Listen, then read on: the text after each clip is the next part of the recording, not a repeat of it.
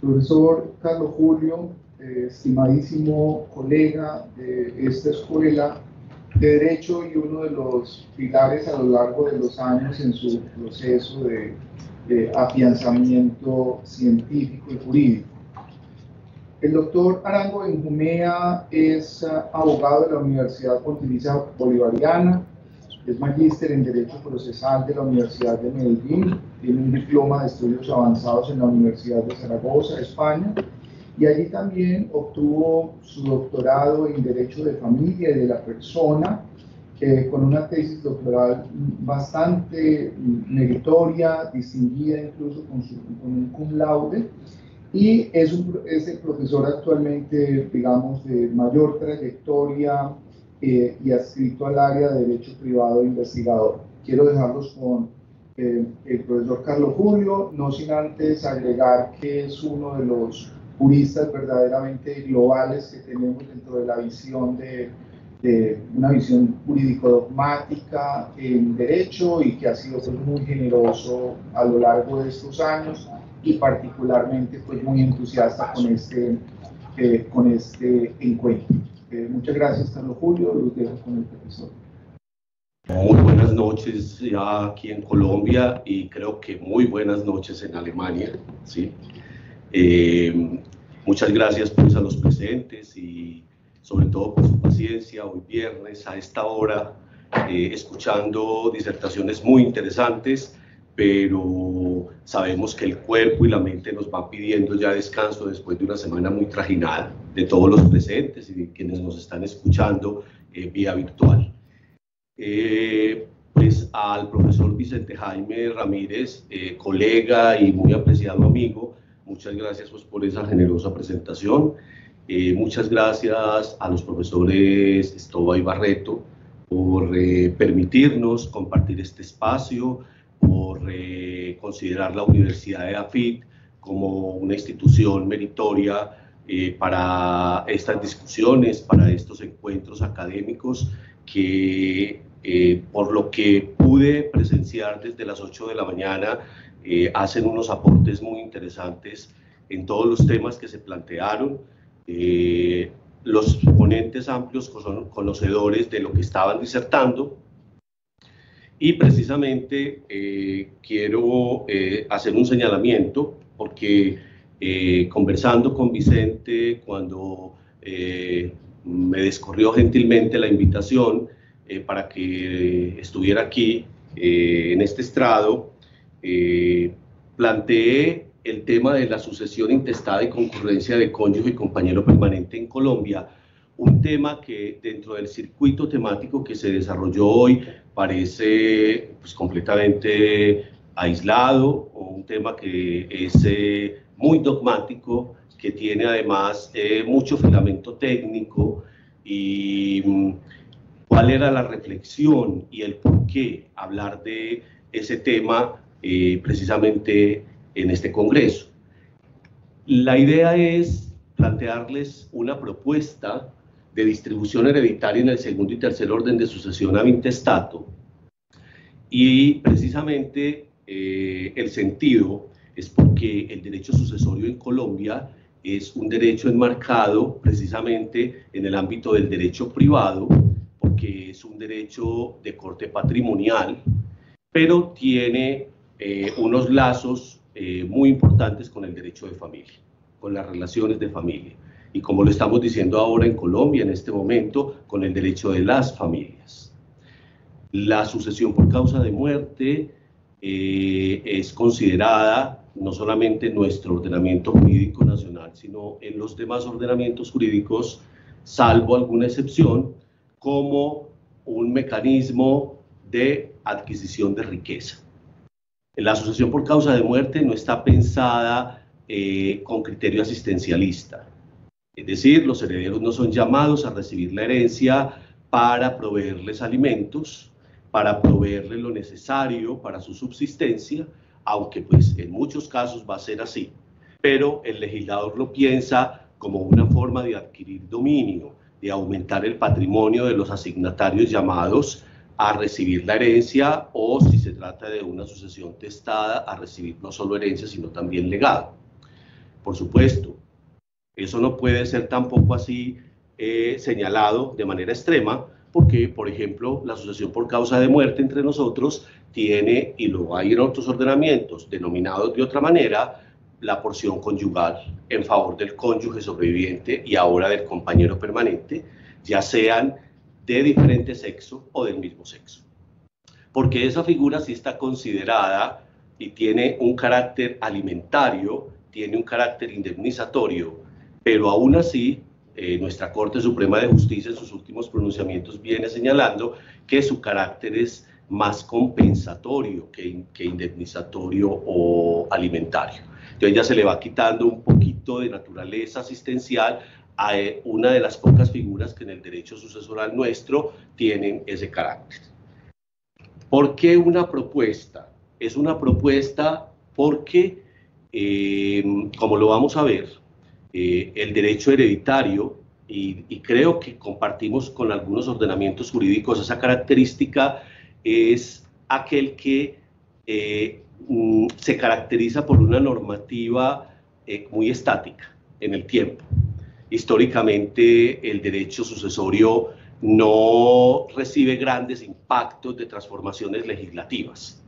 Hay algunas reformas muy importantes, pero digamos que no obedece a la dinámica que tienen otras áreas del derecho, el derecho laboral, el derecho penal, el derecho administrativo público, que constantemente se van viendo abocados a reformas legislativas, a pronunciamientos de las altas cortes, a unas dinámicas que la sociedad actual exige que se vayan adecuando a las necesidades sociales.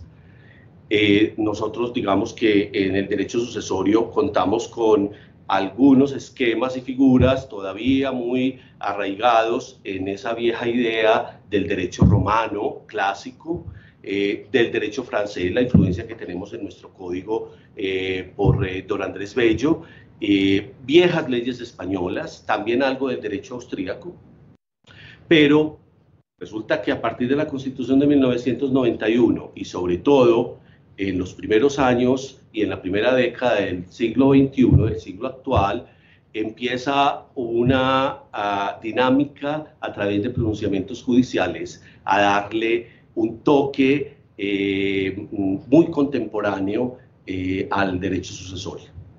Ha sido todo a nivel jurisprudencial, esas son las voces, pero la jurisprudencia no lo puede resolver todo.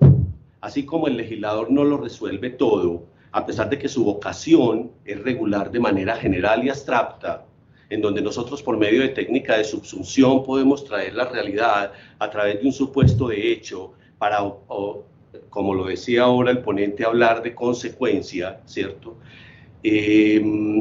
Las Cortes tampoco, a pesar de que decidan casos concretos, por ejemplo la constitucional en control concreto de constitucionalidad, como sucede con las sentencias de tutela, o inclusive en control abstracto, cuando se está pronunciando en sentencias de constitucionalidad, no alcanza a abarcar todo el panorama real, no alcanza a abarcar todas las necesidades de la sociedad que se van viendo abocadas a enfrentarse a unas dinámicas propias de la transformación de paradigmas que tenemos en los tiempos actuales.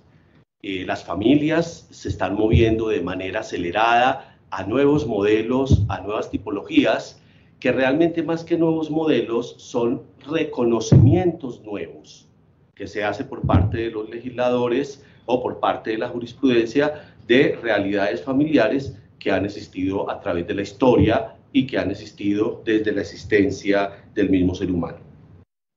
La propuesta tiene que ver precisamente, y por eso el desarrollo del tema es señalar un marco normativo de referencia, hablar de unos lineamientos de llamamiento general y particular en la sucesión intestada y entrar al tema que nos convoca, que es la concurrencia de cónyuge y compañeros permanentes en el segundo y tercer orden de la sucesión intestada. La sentencia central, a partir de la cual vamos precisamente a delinear esa propuesta que se plantea, es la sentencia C-238 de 2012, una sentencia de constitucionalidad importante que no se puede mirar de manera aislada, porque porque es una sentencia, como lo vamos a ver dentro de un momento, ubicada dentro de una cadena de pronunciamientos de la Corte Constitucional, haciendo unos reconocimientos importantísimos para las uniones maritales de hecho en Colombia. Esa sentencia es una sentencia que modula, porque nos viene a decir que mientras el legislador en Colombia no regule esta materia, vamos a tener en cuenta lo que decide el fallo de constitucionalidad. Es decir, es una sentencia que modula no solamente porque es de constitucionalidad condicionada, sino porque además es una sentencia integrativa de carácter aditivo. Toda vez que, como ustedes lo ven en el primer punto de la decisión, nos están diciendo que la expresión cónyuge en los artículos 1040, 1046 y 1047 del Código Civil, que los vamos a mirar ya con un poquito más de detenimiento dentro de un momento, se debe leer entendiendo que las normas comprenden también al compañero o compañera permanente de distinto sexo o del mismo sexo que conformó con el causante a quien sobrevive una unión de hecho.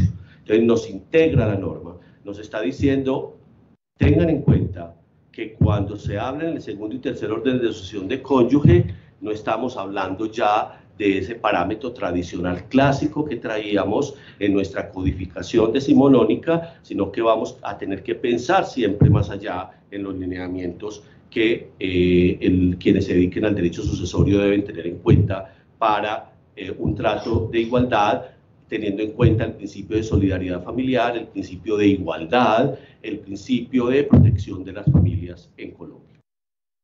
¿Cuál es el marco normativo de referencia? Tenemos nuestra constituyente, de la cual surge la Constitución de 1991, que siempre aparece en todos los encuentros académicos, políticos, de otra índole, y tenemos ese artículo 44, que es no solamente es una definición de la familia, y la regula de manera general, nos da un panorama de protección de la familia, sino que es prácticamente una norma programática en la Constitución. Y nos está diciendo que la familia en Colombia se constituye por vínculos naturales o jurídicos y por la decisión libre de un hombre y una mujer de contraer matrimonio o por la voluntad responsable de conformarla. El Estado va a garantizar la protección integral de la familia. Vamos dentro de un momento a dar cuenta de esta diferencia entre matrimonio y la voluntad responsable de conformarla, porque precisamente en ese sentido es que está la adición que hace la Corte Constitucional de los artículos que acabamos de mencionar. El Congreso de la República, en su potestad legislativa, en ese principio que tiene él de libre configuración, que lo rige en la creación de normas, nos trae entonces en el Código Civil el artículo 113 que nos define el matrimonio. Tenemos la ley 54 del 90 que nos define la unión marital de hecho, donde nos establece dos formas de formación de la unión. Tenemos los códigos, el mismo Código Civil, los artículos 1040, 1046 y 1047 que consagran en su orden el llamamiento general en una sucesión intestada y los llamamientos particulares en el segundo y tercer orden de sucesión, que en nuestro ordenamiento son el amparo que tiene el cónyuge sobreviviente y el compañero permanente para poder ser llamado a recibir la herencia. Y adicionalmente tenemos los artículos 1241 y 1242 que son muy importantes, porque aquí en estos anteriores estamos señalando las características de la sucesión intestada, de la sucesión ab intestato. Pero aquí esta regulación está ubicada dentro de toda la normativa de la sucesión testada. Y entonces nos toca hacer un juego de interpretación y un juego de integración a través de esos principios que trae nuestra ley 153 del 87 de hermenéutica legal para poder entender cuáles son las discusiones que se dan en esa participación con reglas que obedecen a distintos tipos de suceder por causa de muerte. El marco normativo de jurisprudencial, tenemos la sentencia 577 de 2011, es una sentencia muy importante porque esa es la sentencia en la que se demanda la constitucionalidad o la declaración de constitucionalidad condicionada del artículo 113 del Código Civil que nos define el matrimonio en Colombia, porque se define como un contrato solemne que se celebra entre un hombre y una mujer con el ánimo de vivir juntos, de auxiliarse mutuamente y de procrear. Entonces viene la demanda y nos dice, vea, es que ahí hay un déficit de protección, porque las parejas del mismo sexo en Colombia no tienen la posibilidad de contraer matrimonio, y por lo tanto se deberían de reemplazar esas expresiones hombre y mujer por unas expresiones neutrales, cónyuges, contrayentes, como quisieras llamarles, pero que dé cuenta de que se abre el espectro de participación en esa figura matrimonial que ha sido tan importante en nuestra sociedad.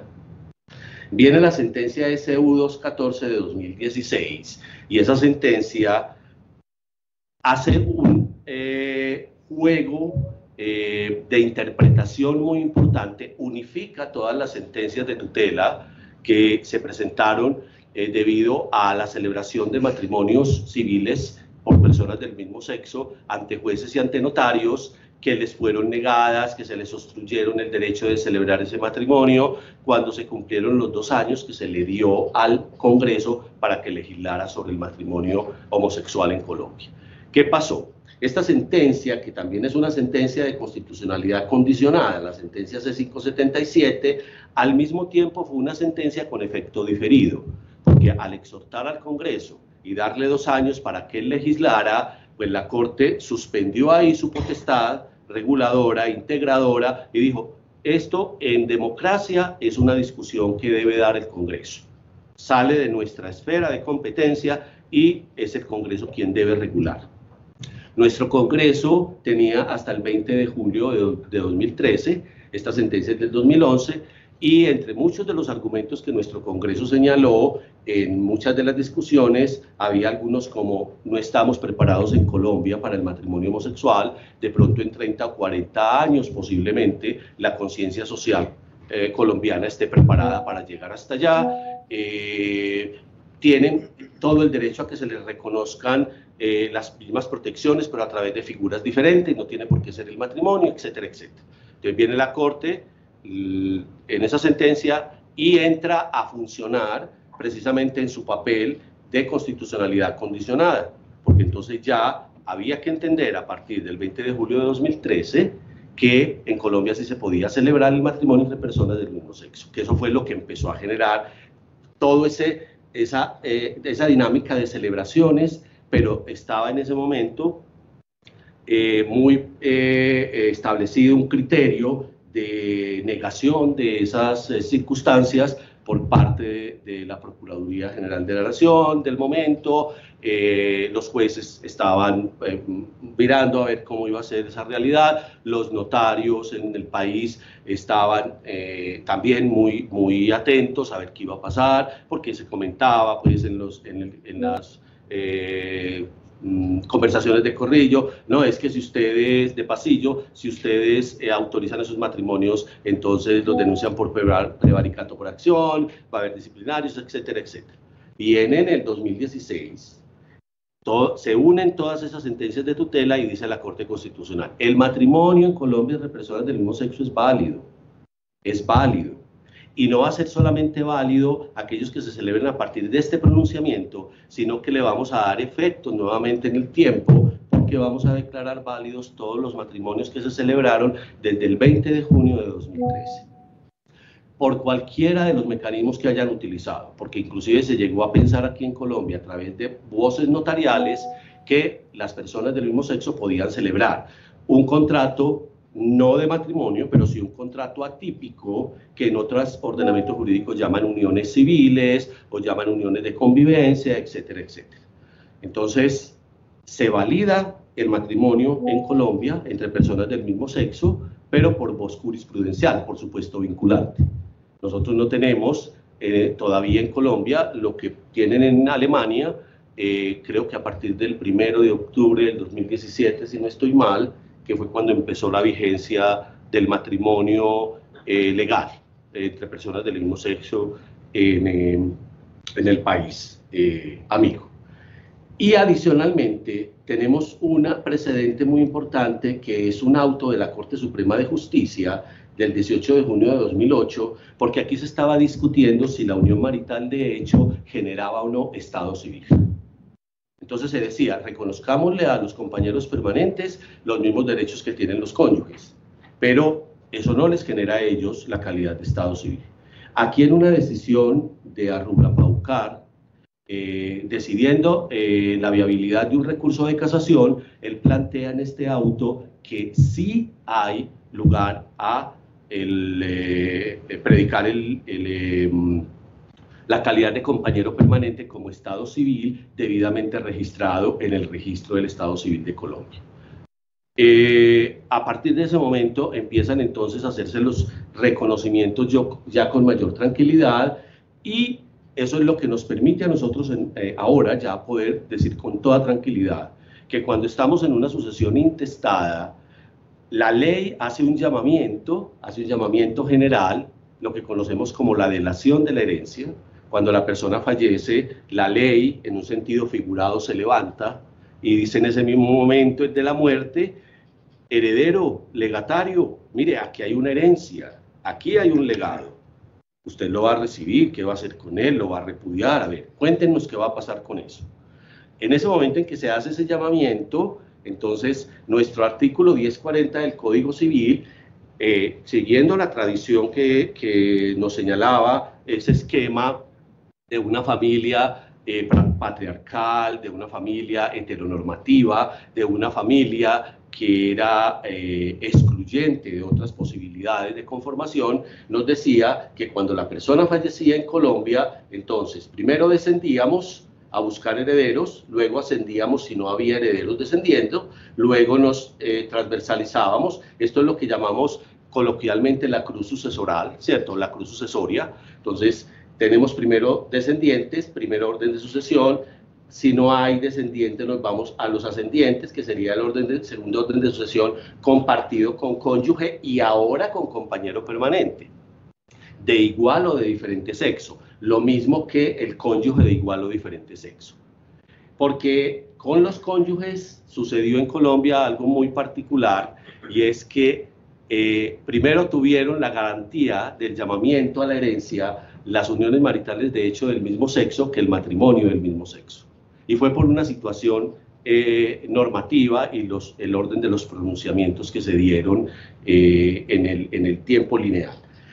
Buscamos a los hermanos y buscamos a los sobrinos posteriormente, entonces tenemos tercer orden de sucesión, también compartido por cónyuge y compañero permanente. Tenemos los sobrinos que podrían entrar en derecho de representación en el tercer orden, pero si lo tenemos vacante, entonces nos quedan los sobrinos en el cuarto orden, y en el quinto orden el Instituto Colombiano de Bienestar Familiar.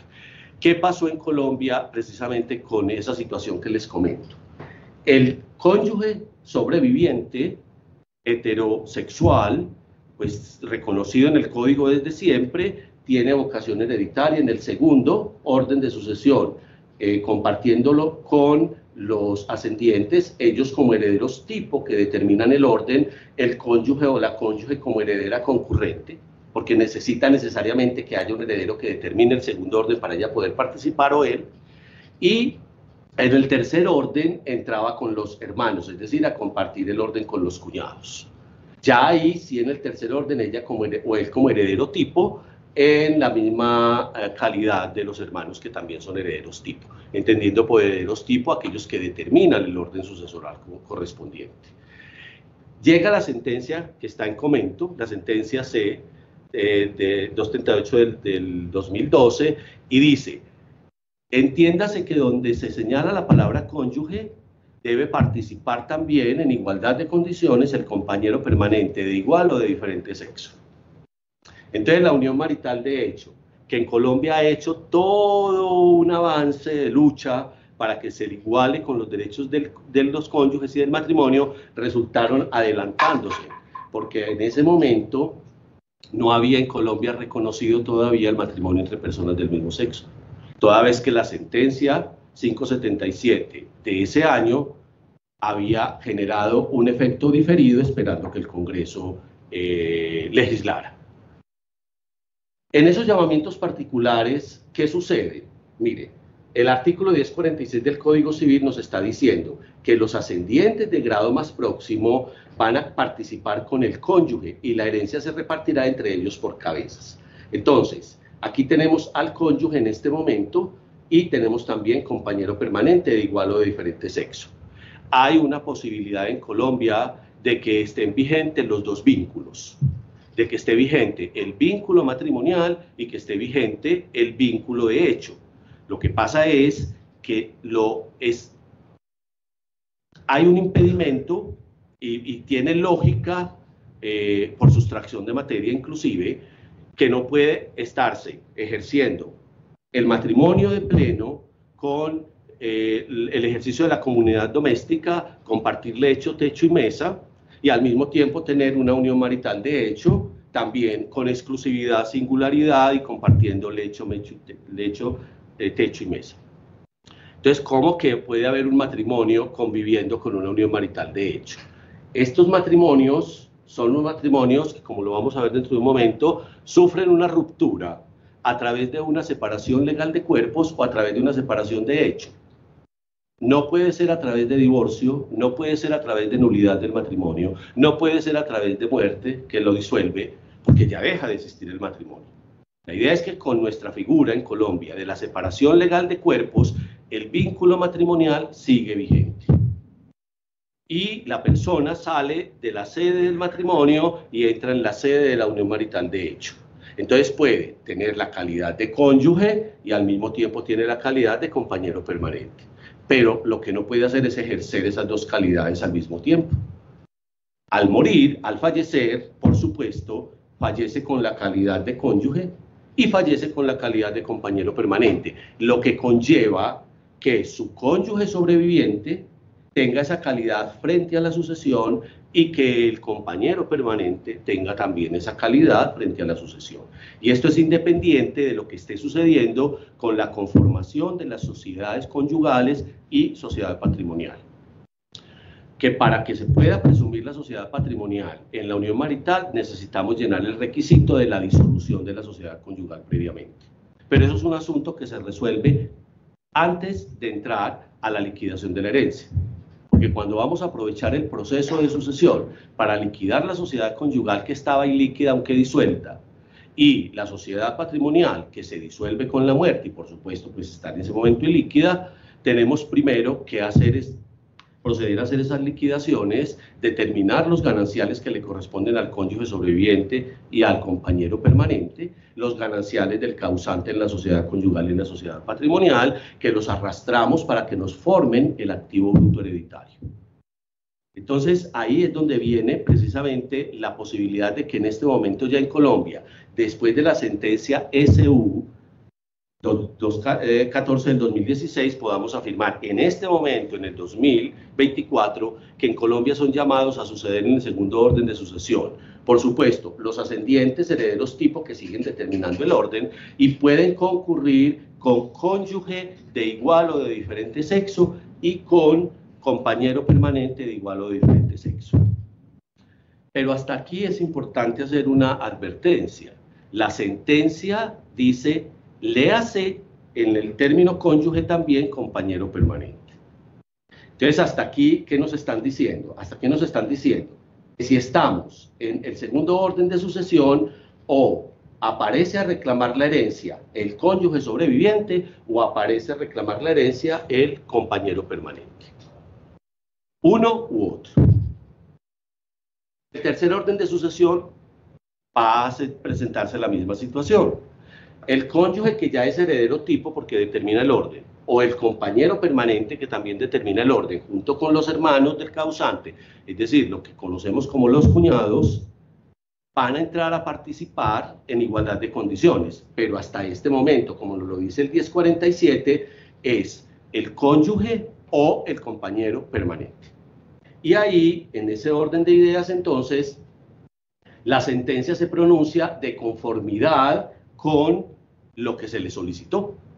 En otras palabras, la sentencia no habla de concurrencia entre cónyuge y compañero permanente, de igual o de diferente sexo. Y entonces, ¿qué vamos a hacer? En una situación fáctica en donde, muerto el causante, nos llega a reclamar la herencia al despacho judicial o frente al notario en la liquidación notarial de la herencia, o nos llega a nuestro despacho de abogados, cónyuge sobreviviente y compañera permanente, o compañero permanente.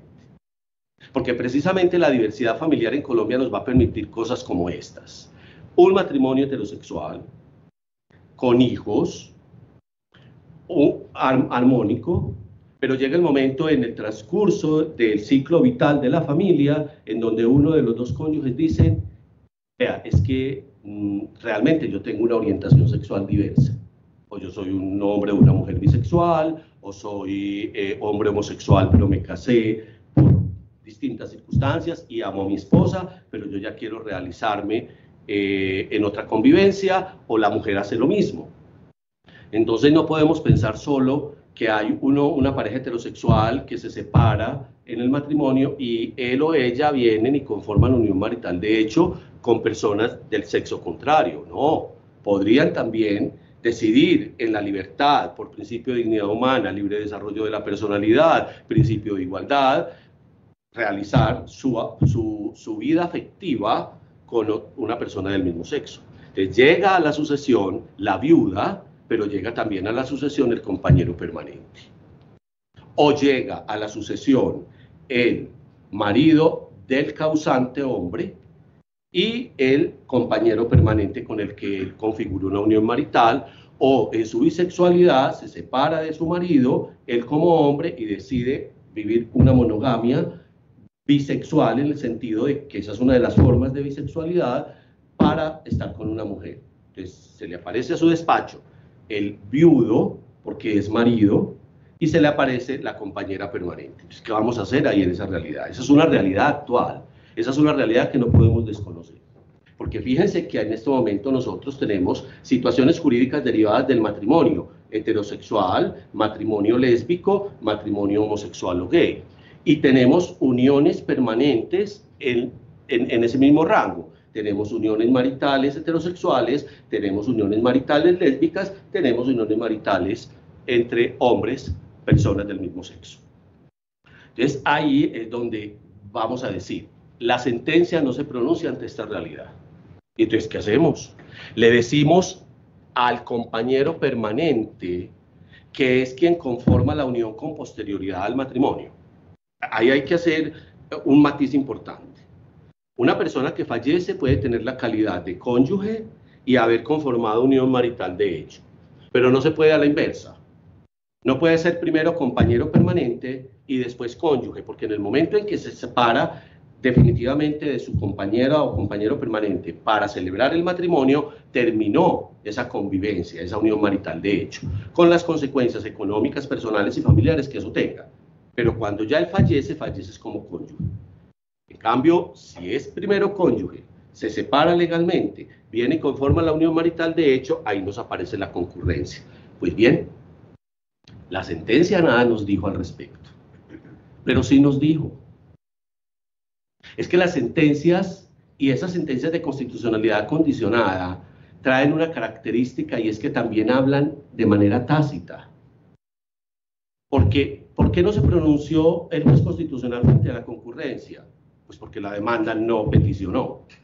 En la demanda no se dijo, y cuando haya cónyuge y compañero permanentes, por favor declare concurrencia. El juez, precisamente, cumpliendo con todos los requisitos para el fallo, se pronunció sobre lo que le solicitaron.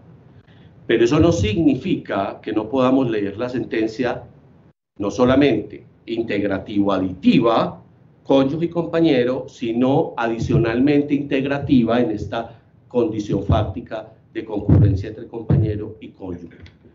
Entre otras cosas, porque en la parte motiva y en la sustentación de la ratio decidendi, no solamente en la obiter dicta, sino en la ratio decidendi de la sentencia, en las reflexiones que la Corte hace, dice, es que al compañero permanente de igual o diferente sexo en Colombia hay que reconocerle los mismos derechos que tiene el cónyuge, en los mismos términos. Entonces, ¿yo por qué voy a pensar que solamente la sentencia me está hablando de o hay cónyuge o hay compañero permanente y no más? Precisamente esas voces tienen una mirada o tienen un aliento neutral cuando dice hay que reconocerle los derechos en igualdad de condiciones a cónyuge y compañero permanente. Situación de facto, hay los dos. Ah, bueno, traigamos la sentencia. Y entonces ahí es donde aparecen las propuestas. ¿Por qué aparecen varias propuestas? ¿Y por qué es el sentido de lo que les voy a señalar dentro de un momento? La sentencia del 2012 es del mes de marzo. En el mes de septiembre realizamos en la Universidad de Antioquia el 6º Congreso Internacional de Derecho de Familia, Universidad de Antioquia, del cual yo tuve pues el honor de ser co-creador en sus primeras versiones con otros profesores de allá de la institución. Y para ese mes yo ya venía haciendo la reflexión de lo que la sentencia dice y lo que no dice, pero que sí dice. Porque siempre estamos leyendo las sentencias desde la literalidad, salimos muy entusiasmados, sí, la Corte moduló, la Corte hizo adición, la Corte hizo completación, la Corte moduló, sí, cierto, pero ¿y qué más dice la Corte? Y fíjense ustedes, en la doctrina británica, hace mucho rato se vienen haciendo estudios muy interesantes en donde nos están diciendo que la ratio decidendi en las sentencias no solamente son ese núcleo previo al fallo en donde se ancla la decisión, sino que dependiendo del contexto y dependiendo de lo que se esté solicitando, toda la reflexión que se hace en la obiter dicta también puede funcionar y también puede jugar el papel de ratio decidendi. Entonces las sentencias de constitucionalidad hay que leerlas con mucho cuidado, hay que leerlas entre líneas, hay que leerlas inclusive si es necesario acompañados del diccionario, no solo jurídico, sino del diccionario de la Real Academia de la Lengua a la que en nuestro caso pertenece el ordenamiento, que es la Real Academia Española. Entonces ahí es donde decimos, listo, aceptemos la concurrencia de cónyuge y compañero permanente.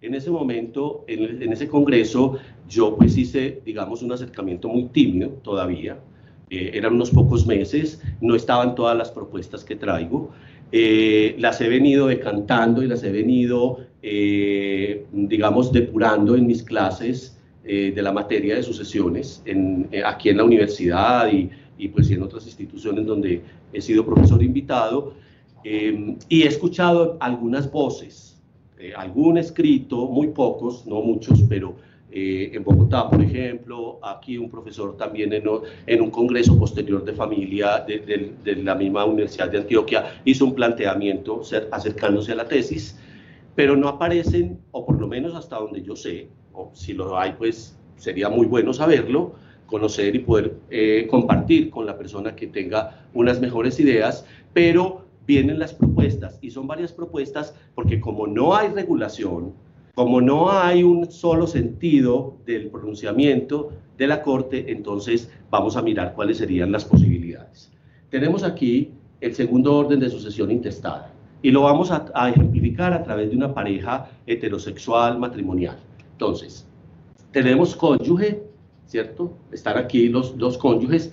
Ella, aquí no hay ningún prejuicio de que se muera el hombre o se muera la mujer. Simplemente es una elección aleatoria. Muere la cónyuge, tiene sus ascendientes aquí, y entonces el 1046, como ya lo vimos, nos dice que el cónyuge sobreviviente va a coparticipar en la herencia con los ascendientes de grado más próximo. Porque nosotros, dentro de los órdenes de sucesión, cuya naturaleza es ser jerárquicos, ser excluyentes y determinados, también dentro de los órdenes hay unas categorías. Entonces, el segundo orden nos dice ascendientes de grado más próximo. Primero los padres, si no hay padres, los abuelos, si no hay abuelos, seguimos subiendo a bisabuelos, etc.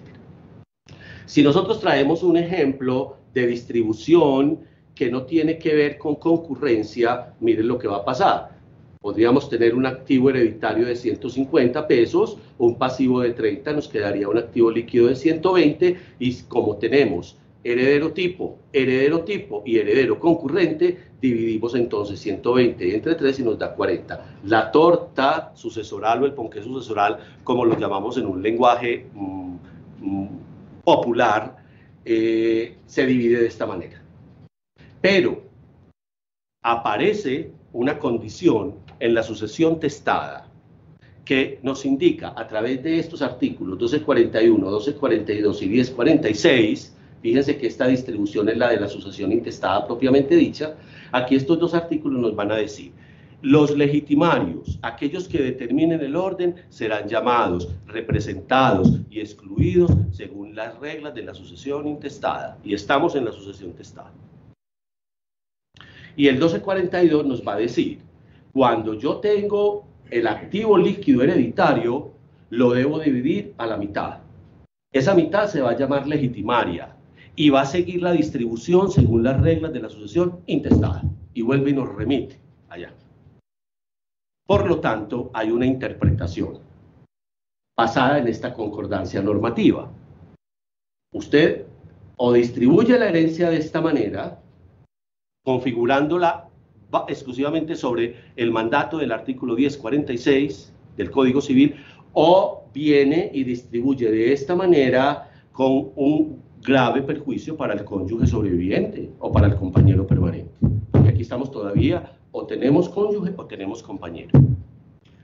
Si yo debo coger la mitad legitimaria para entregárselos a los legitimarios, que son los padres, entonces tengo 120, que es el activo líquido hereditario, dividido 2 me da 60, mitad legitimaria, 60 la otra mitad, que en una sucesión intestada la podríamos llamar mitad de libre disposición sin problema, porque se permite la aplicación de la forma de liquidación de una a la otra, y tendría que distribuir según el mandato a cada uno de los legitimarios una cuota igual, son 60 dividido 2, 30 para el padre, 30 para la madre, y en la otra mitad, entonces los llamaríamos a ellos dos de nuevo, 20 y 20 para el padre y la madre, y 20 para el cónyuge sobreviviente o el compañero permanente. Esta es una distribución que se hace basados precisamente en esta concordancia. Pero de entrada, sin mucha disquisición, les voy a decir, miren, podemos defender con claridad esta distribución. ¿Por qué? Porque si la norma me está diciendo que yo tengo que respetarle las legítimas rigurosas a los legitimarios, que en este caso son los dos padres como ascendientes, cuando yo hago la distribución en la torta del 1046, estoy cumpliendo ese mandato. Fíjense que cuando aquí le doy mitad legitimaria al cónyuge sobreviviente y le doy mitad legitimaria al ascendiente padre y a la ascendiente madre, les estoy reconociendo 30 pesos. Y cuando vengo aquí a hacerlo por el 1046, les entrego 40 pesos. Entonces, ¿qué estoy haciendo? Cumpliendo el mandato. Porque les estoy reconociendo la legítima rigurosa. Claro, los ascendientes dirán aquí, sí, pero estamos dejando de ganar más. Porque aquí, en esta distribución, recibiríamos 50 pesos y aquí nos están dando 40. Entonces aparecerá cónyuge sobreviviente o compañero permanente diciendo, sí, pero es que aunque yo soy heredero concurrente, la ley dice que la distribución de la herencia se hace por cabezas y no me distingue a mí ni me va a dar menos porque yo soy concurrente y ustedes son...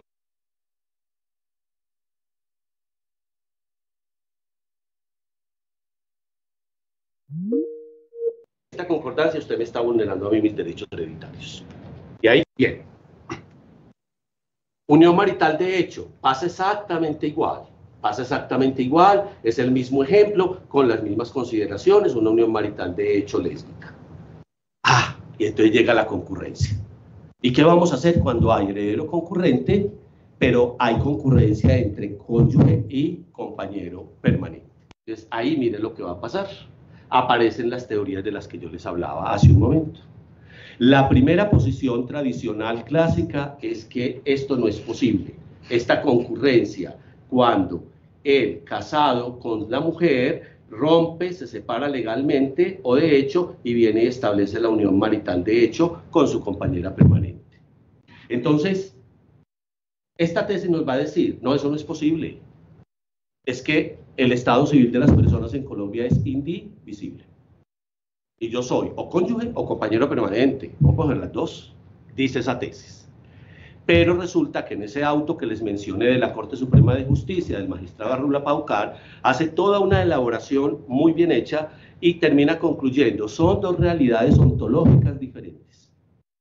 Una persona en Colombia, por las circunstancias que permite la Ley 54 del 90 y por las consideraciones de un matrimonio cuyo vínculo, si bien no se rompe, hay la separación y permite la unión, porque así lo dice la Ley 54, entre hombre y mujer que tengan impedimento para casarse, esa es una de las modalidades de formación de la unión marital. De hecho, esas realidades permiten que usted pueda convivir con dos estados civiles, porque son realidades ontológicas distintas. Son situaciones en las que en un momento histórico usted vivió singularidad, fidelidad, exclusividad, comunidad doméstica, lecho, techo y mesa con su mujer. Y ahora viene y lo está haciendo en esos mismos términos, singularidad, exclusividad, fidelidad y comunidad doméstica con su compañera permanente. Y por supuesto, pues no va a haber problema frente a la compañera y la cónyuge, porque cada una de ellas está detentando ahí sí un estado civil independiente. Ella es cónyuge y ella es compañera permanente. En gracia de discusión, si llegáramos a concluir que en Colombia no puede haber convivencia de estados civiles frente al causante, pero es que el causante ya falleció. Y no nos interesa discutir en el derecho de sucesiones, en el proceso de sucesión, si él era o no casado y al mismo tiempo tenía unión marital de hecho. Ya falleció. Pero sí nos interesa reconocerle los derechos en igualdad de condiciones. Entonces, aquí aparecen las posibilidades. Que, recuerden lo que dijo el artículo 1046, se distribuye entre ascendientes de grado más próximo y cónyuge sobreviviente por cabezas. Se distribuye, según la sentencia, ya no la ley, entre ascendientes de grado más próximo y compañero permanente. No, pero es que estamos hablando de concurrencia. Bueno, entonces, la cuota a la que está llamado el cónyuge, como estamos en concurrencia, se va a distribuir por cabezas, según la regla del orden, o van a compartir una misma cuota, y esta tiene dos vertientes, cuota por partes iguales o cuota por tiempo convivido. Esto planteado así parece como complejo, pero entonces, ¿eso cómo se hace? Es más sencillo de lo que parece, mire. Tenemos aquí la misma situación. Entonces, vamos a aplicar la regla del orden. ¿Cuál es la regla del orden? Por cabezas. ¿Cómo así? Es que apareció una nueva cabeza. Apareció una cuarta cabeza que es el compañero o la compañera permanente. Entonces, siga la regla del orden. La torta la va a distribuir según el 1046, 30, 30, 30, 30, esos mismos 120, que en el anterior caso los habíamos repartido 40, 40 y 40. Pero ¿y si decidimos o se discute la concordancia? Igual. Mitad legitimaria para los ascendientes de grado más próximo, padres. Y la otra mitad la reparte entre padre, madre, cónyuge sobreviviente, compañero permanente. Con las discusiones que se quieran dar al respecto. Si aceptamos o no. Aquí podemos aplicar lo mismo. Mire, es que aquí a los papás les damos 45 pesos y aquí les estamos dando 30. Y al cónyuge y al compañero aquí les damos 15 y allá 30. El mismo argumento. Usted no me puede excluir porque somos herederos concurrentes. La ley no lo dice. Si usted lo hace de esa manera, se está inventando un argumento de discriminación para no tratarnos igual. Pero luego, para finalizar la conclusión, vamos a ver que sí sería posible que esto se diera cuando ellos lo acuerdan. Comparten una cuota por partes iguales. Miren la diferencia con la anterior. 4 cuotas, la regla del orden. No, vamos a mantener la regla como está ahora. Cónyuge, compañero permanente y padres. Entonces, para el padre una cuota, para la madre una cuota, y la cuota que le corresponde al cónyuge por ley, en la sentencia integrativa participa el compañero o compañera, entonces la dividimos entre 2. Y si estamos en la concordancia, míralo aquí, vital legitimaria para los ascendientes, la cuota del padre sin problema, la cuota de la madre sin problema, y la cuota de cónyuge y compañero se divide entre los 2. Y la tercera alternativa es por tiempos convividos. Esta regla de distribución por tiempos convividos en el imaginario popular cae muy bien, porque la gente intuitivamente, sin tener formación jurídica, logra intuir que ahí hay una especie de justicia material. Porque ¿cuál es la regla de distribución en la seguridad social? Tiempos convividos. Entonces la operación matemática es muy sencilla, porque si usted está conviviendo unos años con el cónyuge y luego viene y convive con compañera o compañero permanente, pues sume los dos tiempos de convivencia y se va a preguntar, si por esos tiempos de convivencia me van a pagar a mí una cuota determinada de la herencia, ¿cuánto me pagarán si mi tiempo de convivencia es menor? Una regla de 3, muy sencilla. Entonces, ¿qué nos van a decir? Vea, ahí está. Si yo llevo tiempos convividos en el 1046, entonces 120 dividido 3, 40 para el cónyuge, 40 para la madre, 40 para el padre, y el del cónyuge y compañero, tiempos convividos. O si estamos en la regla de concordancia, mitad legitimaria, padre, madre, y la cuota de cónyuge y compañero, tiempos convividos. Fíjense que esto se termina volviendo muy técnico, pero lo que estamos tratando de evidenciar es que hay que aplicar el derecho de igualdad, pero también el de proporcionalidad. Y aquí se trata de una justicia distributiva, que tiene que tener unos cánones, tiene que tener unos elementos que la fundamenten, no es una cuestión arbitraria, y podemos acudir a estos sistemas porque no tenemos regla que nos estén indicando cómo es que tenemos que distribuir la herencia en esos casos.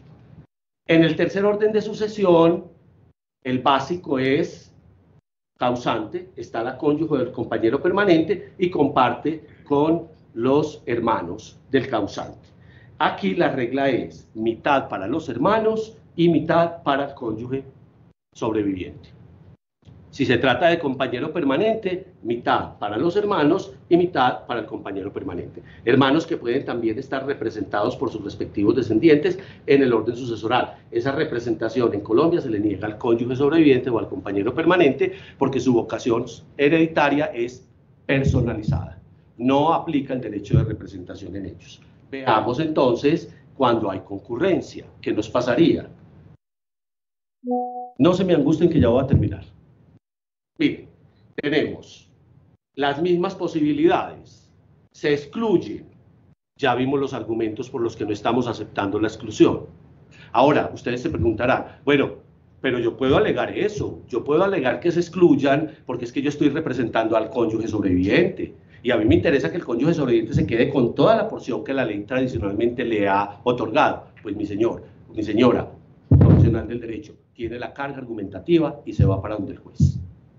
Y si en última instancia el juez jurisdiccional, el juez ordinario, el de familia en este caso, acepta su argumento, yo le diría a las otras personas, ahí está vía tutela, ahí está la acción, porque se está desconociendo un derecho fundamental de igualdad, un derecho fundamental de solidaridad y protección familiar. Entonces vienen por partes iguales la regla del orden, comparten la mitad por partes iguales, cabezas y por tiempos convividos. ¿Cómo así que la regla del orden? La regla del orden en el 1047 nos dice mitad para los hermanos, mitad para cónyuge sobreviviente o compañero permanente. Y los hermanos tienen ya unas subreglas de distribución. Si son carnales, si son de simple conjunción paterna o de simple conjunción paterna. Pero como nos interesa la posición del cónyuge sobreviviente o del compañero permanente en concurrencia, entonces, ¿cuál es la regla del orden? Por partes iguales. ¿Cómo así por partes iguales? Una tercera para los hermanos, y usted los va a dividir de acuerdo a los hermanos que haya, de acuerdo a esas subreglas, una tercera para el cónyuge sobreviviente y una tercera para el compañero permanente. Claro, aquí tenemos un problema de dinámica normativa, porque es que las reglas que nos señalan distribución de la herencia en la sucesión intestada son de carácter imperativo. Son normas de orden público que no pueden ser disponibles por los particulares. Ok, y dejémoslo ahí, porque de pronto podemos tener la posibilidad de darle la vuelta al asunto lícitamente, legítimamente, y darnos cuenta que esa distribución sí podría hacerse en esos términos. ¿Listo? Entonces pensemos en esas otras posibilidades. ¿Cuáles son las otras posibilidades? Cónyuge o compañera permanente comparten una misma cuota por tiempos convividos. Entonces, mitad para los hermanos, mitad para cónyuge y compañero permanente. Tiempos convividos, el que haya convivido menor tiempo tiene menor cuota, y el que convivió mayor tiempo tiene mayor cuota. Y los hermanos se dividen, en este caso, si son matrimoniales o carnales, o extramatrimoniales carnales, o adoptivos conjuntos, todos ellos tienen una igual cuota. Y la anterior regla es una misma cuota compartida por partes iguales, mitad para los hermanos y mitad para cónyuge y compañero permanente. Ahora, vuelvo y les digo, parece ser que en el imaginario popular aparece esa idea de el que mayor tiempo vivió tiene mayor derecho. Y el que menor tiempo convivió, pues por supuesto tendrá un menor derecho patrimonial.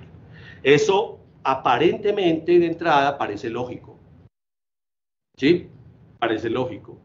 Lo que pasa es que el criterio que tiene la seguridad social para distribuir de esa manera no es pensando en riqueza. Ese no es el sentido de la seguridad social en Colombia. Si bien se reconocen pensiones de sobreviviente, pensiones de vejez, indemnizaciones, no se está pensando que la persona, aunque no tenga la necesidad de ellos, lo está recibiendo para aumentar su propio patrimonio y plantearlo como si fuera riqueza que le llega. Distinto a cuando se trata del derecho hereditario, como se los dije al comienzo de la charla. Está pensado en clave riqueza.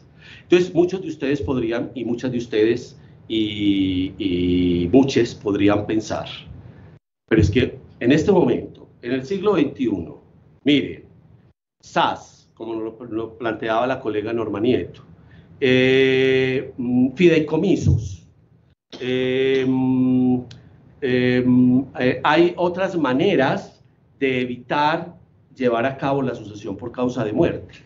El modo, sí, para una sociedad en donde más de la mitad de su población sean de estrato económico alto, tengan todas las posibilidades de hacer planeamientos familiares, de llevar a cabo constituciones de sociedades por acciones simplificadas, de hacer fideicomisos, pero es que el mayor porcentaje de nuestra población es una población de clase media, media baja y baja, hablando en sentido económico.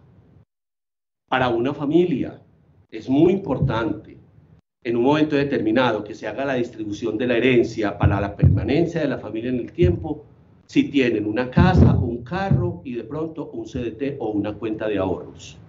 Ahí tiene sentido esto. Es que yo tengo un patrimonio muy fuerte, tengo muy buena capacidad económica, pues yo no me voy a poner a esperar que me hagan la herencia, o hago un testamento bajo las ideas que yo tengo, o simplemente constituyo fideicomisos, o simplemente lo que hago es constituyo una sociedad familiar y ya. Sí, pero eso no lo pueden hacer la mayoría de los ciudadanos en Colombia.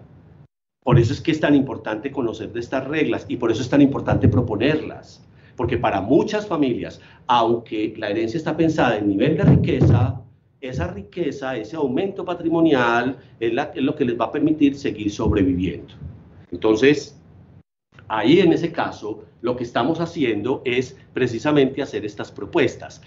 Y ustedes se van a preguntar, bueno, en gracia de discusión, sí, ahí están las propuestas. ¿Y cuál es la definitiva? Respuesta.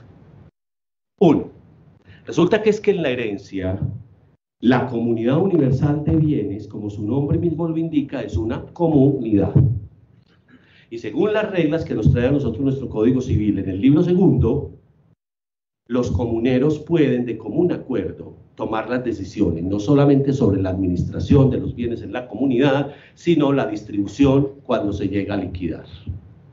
Pues bien, en el libro tercero, que es el de la sucesión por causa de muerte, hay una regla de oro, que es el artículo 1291, que le dice al partidor: señor partidor, usted va a seguir las reglas que le vamos a señalar en este código, salvo que los herederos acuerden unánime y legítimamente otra cosa. Y esa declaración que permite el ejercicio de la autonomía y de la voluntad de los herederos en la distribución de la herencia está anclada en esos principios de la comunidad universal de bienes. Ahí era donde les decía que podíamos darle la vuelta. Es decir, si los herederos de común acuerdo deciden distribuir la herencia de manera diferente a como está establecida en la norma legal, esa norma lo permite. Lo que ustedes sí no pueden modificar es la liquidación de la herencia. En el trabajo partitivo, los bienes, los valores se tienen que mantener. Y a cada uno de los herederos, cónyuge, compañero, ascendientes, hermanos, personalmente o representados, advirtiendo que en el segundo orden los ascendientes no tienen derecho de representación tampoco, necesitan saber cuánto les corresponde según la ley. Pero cuando llegamos al trabajo de adjudicación y partición, al capítulo de la distribución de bienes, esa reglita, por eso se llama de oro en la partición. Porque uno le puede decir al juez o al notario en su caso, de conformidad con las instrucciones dadas por los herederos y basados en el artículo 1291 del Código Civil, han decidido distribuir los bienes de la herencia en estos términos. Y ahí es donde ellos pueden renunciar a parte de sus bienes. Y cuidado, renunciar, no repudiar. Porque la repudiación hay que manifestarla a partir de la delación del llamamiento. Y cuando la repudiación en Colombia se hace de conformidad con la ley, nos dice el artículo 1296 del Código Civil que los efectos de la repudiación o de la aceptación se retrotraen al momento de la delación. Es decir, hay una aplicación retroactiva, aplicación de la ley en el tiempo por mandato legal. Entonces, cuando yo acepto. Yo después no puedo llegar al trabajo partitivo a decir, no, yo repudio la mitad de la herencia a favor de mi hermana. No, usted no puede hacer eso, es que usted ya aceptó. Y el ejercicio de opción es indivisible. O acepta o repudia una asignación. Si tiene varias asignaciones diferenciadas, podrá aceptar una y repudiar otras bajo las reglas que trae nuestro Código Civil para esos casos. Entonces, ¿qué se puede hacer en el trabajo partitivo? Renunciar parte del derecho. Y al renunciar parte del derecho, que eso sí lo permite la ley, no repudiar, entonces se equilibran las cargas económicas y se le puede dar a las personas, por ejemplo, en igualdad de condiciones, a los hermanos una tercera, al cónyuge una tercera y al compañero permanente una tercera. Aunque aparentemente estamos atentando contra la regla imperativa, pero es que la regla imperativa ya se cumplió, porque en el trabajo partitivo dijimos, a cada uno le corresponde tanto, tanto y tanto. Pero en el trabajo de distribución vamos a cambiar la regla y eso no lo permite la ley. Por eso el 1291 dice que acuerden unánime y legítimamente. Dentro de la estructura tiene que estar siempre la licitud. Y quienes trabajan el derecho sucesorio tienen que ser muy cuidadosos con ello. Porque el ejercicio de la autonomía de la voluntad privada no es arbitraria, no es un ejercicio sin límites. Ahora, para finalizar, y si no hay acuerdo, y si ellos no se ponen de acuerdo, y si aparece de pronto el heredero extramatrimonial diciendo, hola, ¿cómo están? Aquí estoy, por ejemplo, en el primer orden, o si aparece un hermano extramatrimonial del que no se tenía conocimiento en el tercer orden, ¿qué va a pasar? No queda más que acudir a la jurisdicción, no queda más que ponerse en manos del juez ordinario, jurisdiccional, y que decida el conflicto. Y si yo siento que con la decisión del conflicto me desconoció esos derechos de igualdad, me queda la acción de tutela. Y esas serían las posibilidades que hasta el momento en Colombia se pueden dar con el derecho hereditario en el segundo y tercer órdenes de sucesión. Y no los agoto más con estas elaboraciones técnicas del derecho hereditario. Muchas gracias.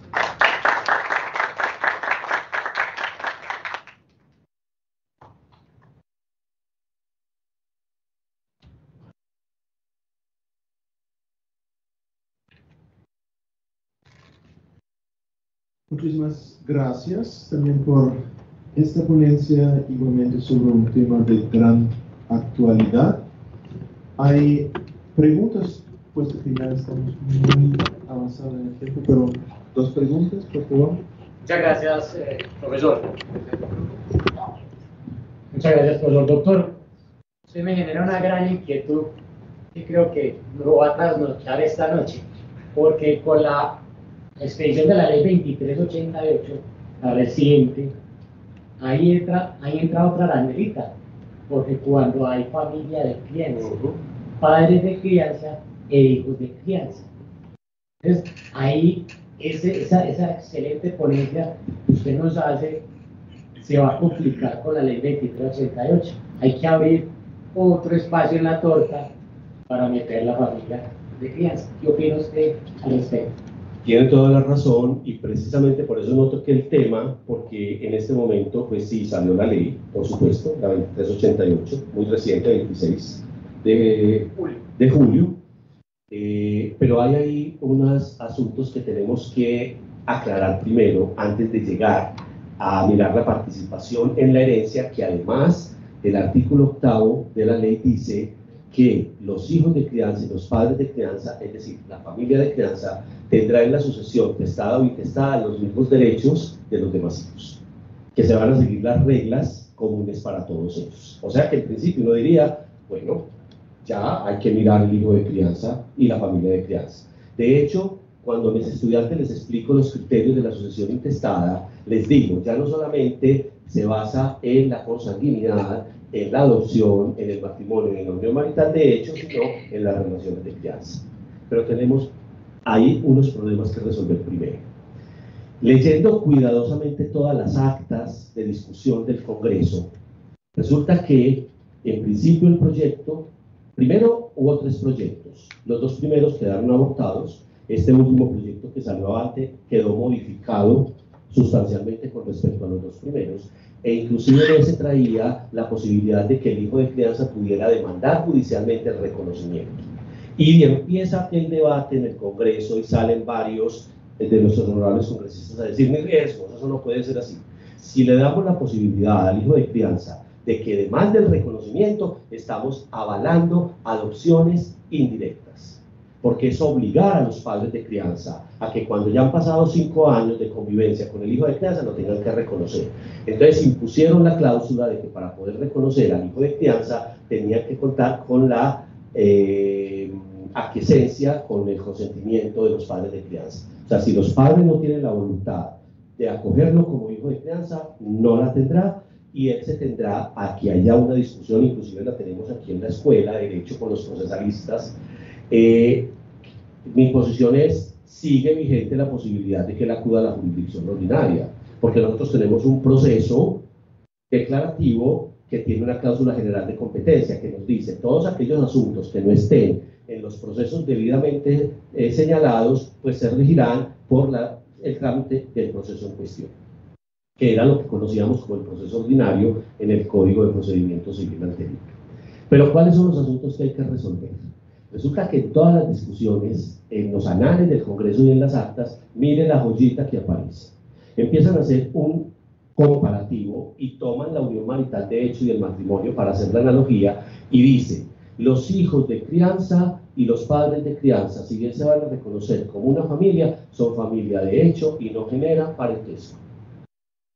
Y en el proyecto había la posibilidad de que los padres de crianza asumieran la patria potestad cuando el hijo de crianza era menor, incapaz, y borraron también ese articulado, diciendo, no, es que si le damos la patria potestad a los padres de crianza, él se desvincula completamente de su relación consanguínea o biológica. Entonces volvemos otra vez de manera indirecta a estar en la adopción. Entonces vienen las cosas que hay que resolver para poder mirar cuál va a ser la participación en la herencia. Yo sí tengo claro que si el hijo está debidamente reconocido, va a estar en el primer orden de sucesión. Y ojo, me estoy adelantando un poquito, digamos, a la discusión, y yo sostendría que tendría la calidad de legítima, en igualdad de condiciones de los demás hijos. No un hijo ad hoc, sino un hijo. Y los padres, por supuesto, tendrían que ser legitimarios en el segundo orden. No, tampoco quedó tan claro. ¿Por qué? Porque la norma dice la familia de crianza en la sucesión por causa de muerte, testada o intestada. Y la primera pregunta que hay que hacerse a ese artículo es, ¿la familia de crianza? Es que la familia de crianza no es sujeto, no tiene personalidad jurídica ella de manera independiente de sus miembros. ¿Cómo así que la familia de crianza? Entonces, si es la familia de crianza, entonces yo voy a poder llamar hermanos, los conocidos tradicionalmente como hermanos de leche, voy a poder llamar sobrinos, voy a poder llamar abuelos, bisabuelos, ¿cierto? Y esa sola expresión ya genera una problemática inmensa. Y resulta que además, en un articulado que tiene que ver con el derecho tributario, la norma llega y dice, la única de toda la ley dice, el parentesco de crianza, entonces ¿en qué quedamos? ¿Hay parentesco o no hay parentesco? Porque uno ve las actas y con la sustentación de las actas se fue modificando. En la última discusión, en el cuarto debate en el Senado, empezaron a cortar, a mutilar. Entonces, no puede tener patria potestad. No tiene parentesco en la discusión. Pero luego aparece la norma de parentesco solo para efectos tributarios. Entonces, ¿tenemos o no tenemos?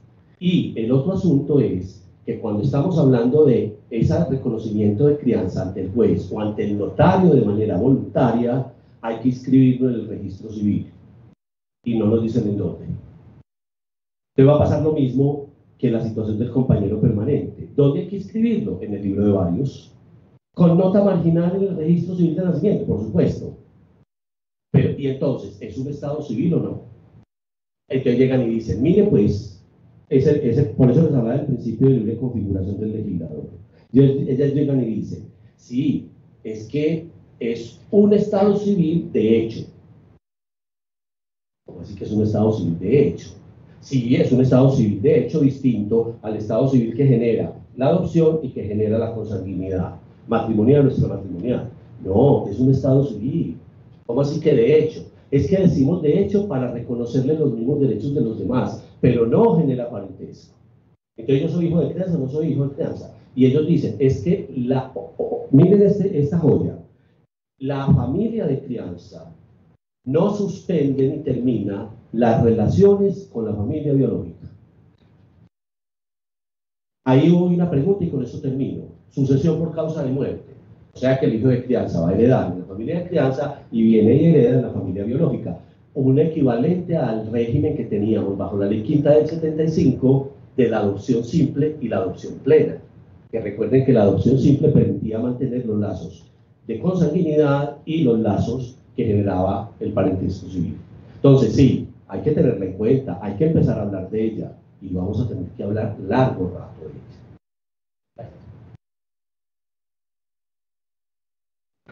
Profesor, muchísimas gracias por la ponencia. Si yo hubiera tenido clases así de sucesiones, estaría más cerca del tema de lo que estoy en la actualidad.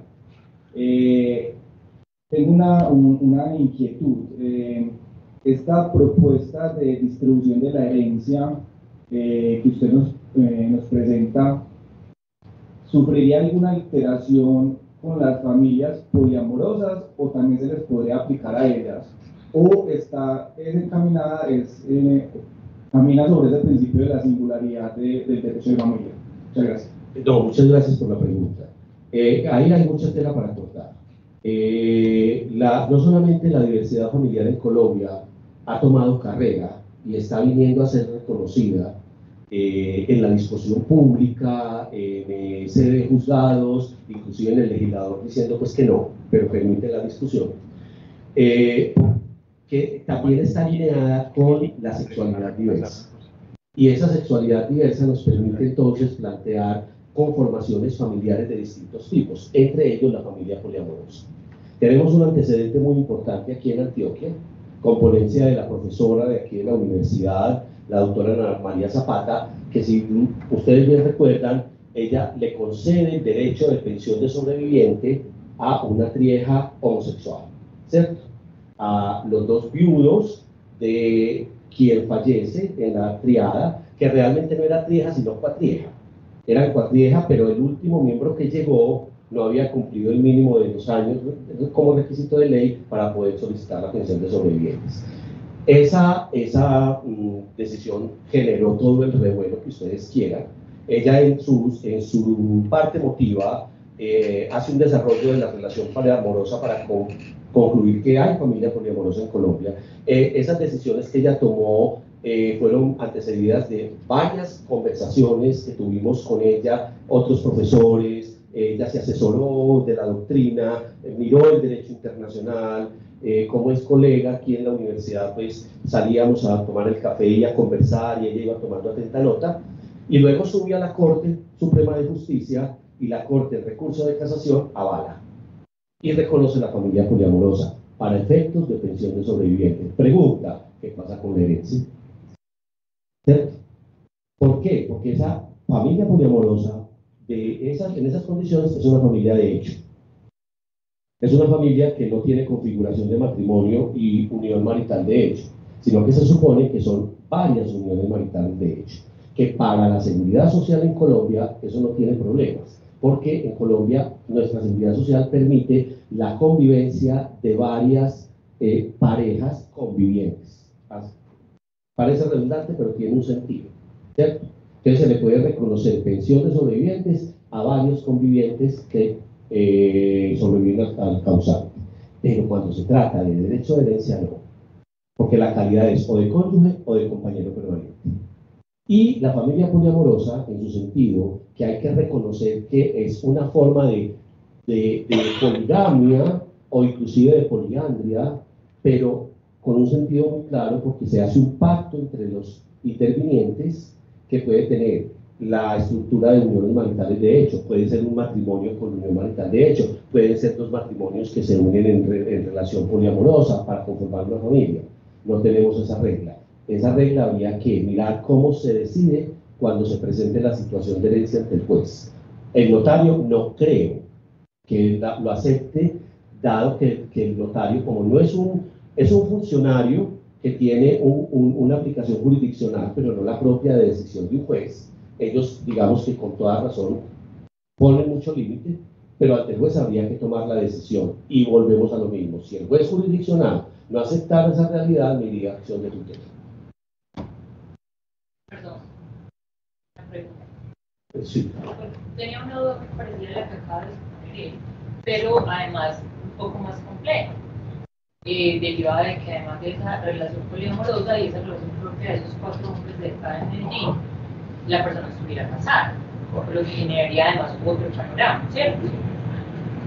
Pero además de eso, me genera una duda. Yo sé que usted podría venir del principio del derecho civil, que las cosas se deshacen como se hacen, y que mientras el matrimonio es un contrato solemne, y por eso entendí que usted dijo: si alguien convive con una persona y luego se casa, se pierde el primer vínculo y entra a la herencia. Pero no a la inversa. Pero no a la inversa. Pero ¿qué pasa si yo no termino mi relación de convivencia en mi caso? Y las mantengo coetáneamente. Porque me podrían violar el derecho simplemente porque me dicen que se deshacen si yo no la quise deshacer. Y si mi pareja lo sabe, y mi esposa lo sabe, y yo me quedo en las 2 relaciones. Sí. O sea, el juez, ¿con qué? O sea, si hace una discriminación ahí sería negativa, simplemente basándose en los principios del derecho y en el derecho antiguo. Mire, el planteamiento que usted hace tiene mucho sentido, y ahí hay que hacer de entrada 2 distinciones. Porque yo podría tener una unión marital de hecho y luego celebrar matrimonio con el mismo compañero o la compañera con la que venía, y ahí pues no hay problema de la convivencia, transito de un estado civil al otro, y ya tendré que solucionar, que ya las sentencias también de nuestra Corte nos han dicho qué pasa con la sociedad patrimonial y con la nueva sociedad conyugal que se forma. El asunto es que si yo tengo aquí una convivencia, salgo estando con ella en firme, me voy a contraer matrimonio, entonces mire lo que va a pasar. Se estructura una especie de concubinato, de relación concubinaria, no bajo los parámetros del concubinato previo a la ley 54 del 90, sino una relación concubinaria bajo las circunstancias actuales. ¿Por qué? Porque es que si nosotros miramos la ontología jurídica que establece la unión marital de hecho y el matrimonio, en ambos casos nos dice: uno de los requisitos para que usted pueda predicar unión marital o pueda predicar matrimonio es la exclusividad, la singularidad, la fidelidad, la regularidad y la comunidad en esos 3 aspectos tradicionales. Entonces, cuando yo estoy haciendo esa convivencia múltiple, miren que la dinámica era la que había antes de la ley 54, pues que realmente el concubinato en ese momento era, a mi modo de ver, absolutamente pues prosaico. Además, contra la mujer, porque era la mujer aquella que la llamaban la barragana, la querida, el hombre no tenía tanto problema, pero ella sí, y no se le reconocía ningún tipo de derechos. Ahora las relaciones concubinarias vienen siendo reconocidas, además constitucionalmente. Entonces, pero yo no podría afirmar, según su inquietud, que entonces se mantiene la doble calidad y el doble estado civil ejercido plenamente en ambos casos. No, pero permítame, yo difiero, porque recuerda más que una similar, que era una persona, todavía no estaba tan clara la posición de la Corte Constitucional. ¿Qué pasaba? El señor vivía en semana en una casa y los fines de semana se iba por el despacho. Cuando esta persona muere, las señoras ni sabían, ¿cierto? Ambas van a demandar para la sucesión y para la pensión, ¿cierto? Y se dan cuenta que existen dos parejas y dos familias al mismo tiempo. Entonces, claro, si uno piensa en las reglas, digamos, de la costumbre del derecho civil, donde se habla de la exclusividad, que podría empezar. Entonces, no, la esposa tendría que seguir teniendo todos los derechos porque usted coetáneamente está viviendo con otra señora con la que tiene hijos y quien siquiera sabía que estaba viviendo en esa situación, ¿cierto? Entonces, uno como juez, si hace una discriminación negativa, tendría que decirle, no, como el matrimonio seguía, el contrato estaba, entonces usted no tiene derecho a sus hijos, sí, pero usted no tiene nada. Así usted haya incluso creado riqueza con él.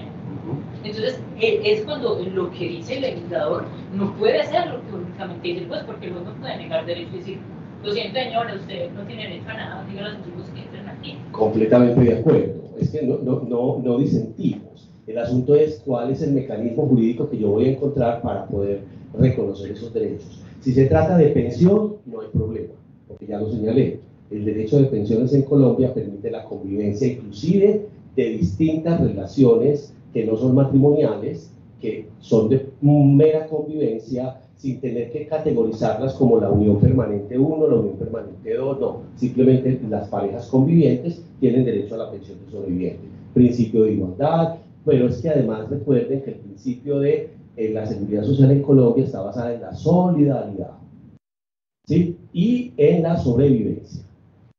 Cuando vamos al derecho hereditario, entonces si a la persona se le va a reconocer el derecho, se le reconoce, ahí es donde el juez de tutela entra, hace todo el ejercicio y todo el balance y análisis de proporcionalidad y razonabilidad y dice, no, a las dos que formaron familia les vamos a reconocer un derecho hereditario. La pregunta es, ¿a título de qué? Con la cónyuge no hay problema. Ella recibe su derecho hereditario desde la calidad de cónyuge. La que viene aquí, y no lo digo en sentido peyorativo, la que viene a pedir igualdad de trato, igualdad de condiciones, viene como compañera permanente o en una relación concubinaria en donde se le van a reconocer los mismos derechos que tendría la compañera permanente. Y por ahí es por donde se está dando el giro, es por donde se está planteando la situación. Ahora, nada raro que en una sentencia de constitucionalidad, porque el legislador seguramente no lo va a hacer, nos vengan a decir en Colombia que se nos están permitiendo las uniones maritales de hecho concurrentes, varias uniones maritales de hecho, en donde se demuestre la singularidad, la exclusividad, todos estos elementos. Entonces, claro, yo convivo aquí un tiempo, pero me voy al otro lado y convivo otro tiempo allá, vuelvo aquí, tenemos hijos allá, yo cumplo con la obligación alimentaria, yo soy el proveedor económico, tengo dos mujeres, o tengo una mujer y un hombre, ¿sí? Y hacia allá es donde está tendiendo la idea. Pero claro, aquí usted lo mira como una disociación entre el criterio civil y la visión de tutela, entre otras cosas porque la dinámica de interpretación es distinta. Cuando yo estoy en el derecho civil, aplico teoría de subsunción, ¿cierto? Para poder decidir. Cuando yo estoy como juez constitucional, la lógica es completamente distinta, porque es el derecho fundamental, entre ellos el de la igualdad, y vamos a tender hacia allá. Yo soy civilista, mi querida doctora, pero estoy completamente de acuerdo con su posición. Lo que pasa es que a mí me obliga también a entender y saber que tenemos una dogmática, y como lo decía mi colega en la primera conferencia, esa dogmática vincula, hay que mirarla desde la localidad, hay que aplicar locus rei citae, para poder entender primero nuestra dogmática y después poder salir a los otros ordenamientos jurídicos y traspolar, por ejemplo, cosas como esas. Y ahí estaría vinculado la inquietud de la familia poliamorosa. Porque si aquí en Colombia reconociéramos al mismo tiempo las 3 uniones maritales, de hecho, una familia poliamorosa sin ningún inconveniente. Ahora, eso no implica que cuando se reconocen los derechos de esa otra familia es porque de entrada se le esté reconociendo la calidad de compañera permanente. Y si en la acción de tutela eso se hace, la carga argumentativa tiene que ser absolutamente clara para que el juez convenza que, a pesar de que lo que sigue la ley 54 del 90, se produce una declaración aplicando una excepción de inconstitucionalidad. Eso sería lo que tendría que hacer.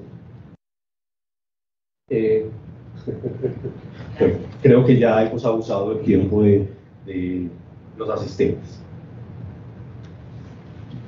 Otra vez, muchísimas gracias por su ponencia, por las preguntas, por las respuestas. Y con eso me gustaría terminar el congreso. Otra vez a todos los ponentes, a todos los participantes, muchísimas gracias. También mil gracias al profesor Ramírez por organizar este evento, al equipo de la Universidad EAFIT, a la Escuela de Derecho. Vamos a publicar otra vez las versiones escritas de las ponencias en un libro, y voy a escribir a los ponentes en cuanto al plazo y en cuanto a las condiciones. Y me despido para hoy de todos los participantes y espero mucho que vamos a vernos otra vez en otro evento de este tipo. Muchas gracias.